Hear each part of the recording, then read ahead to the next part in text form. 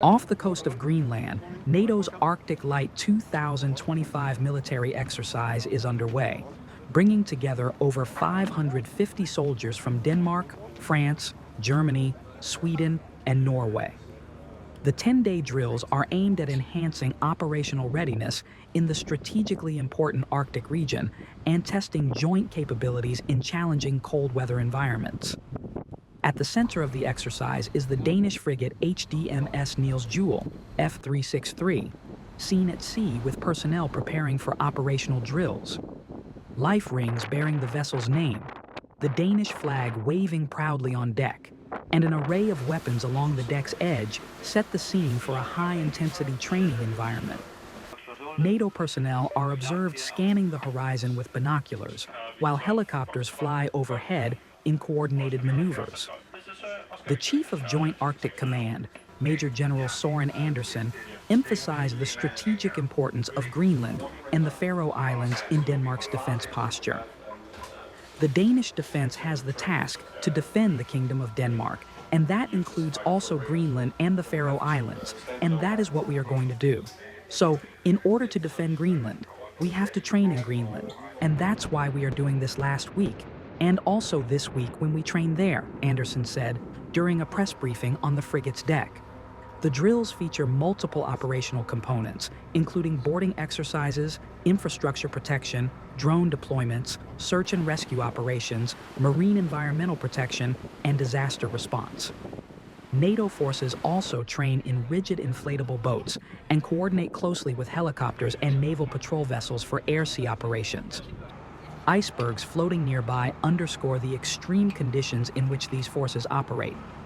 France has deployed the support vessel FS Garonne, along with drones and mountain infantry, while Germany contributes observer teams to monitor the exercises. The collaboration emphasizes NATO's commitment to a unified, multinational defense strategy in the Arctic. When asked whether the United States could conduct more exercises in Greenland, Andersen stated, "They can do that. It's part of the 51 treaty that they have the possibility to expand the activities up here if they want to or need to. I don't think that would be a problem." Looking ahead, the Chief of Joint Arctic Command noted potential threats in the region. "I think all of us that work in this business think that Russia will use resources elsewhere than in Ukraine, and we will also be in the Arctic area.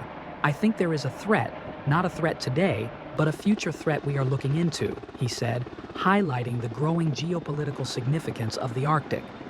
The strategic importance of Greenland has intensified following renewed attention from the United States.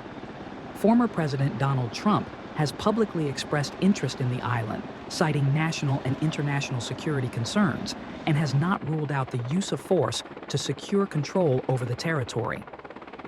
This backdrop reinforces the significance of NATO's exercises and the necessity of multinational readiness in the region.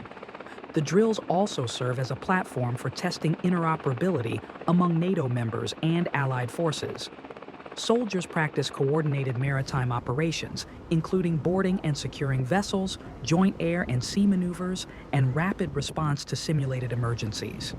These exercises aim to ensure that NATO forces remain prepared to respond to both military and environmental challenges in one of the world's most demanding operational theaters.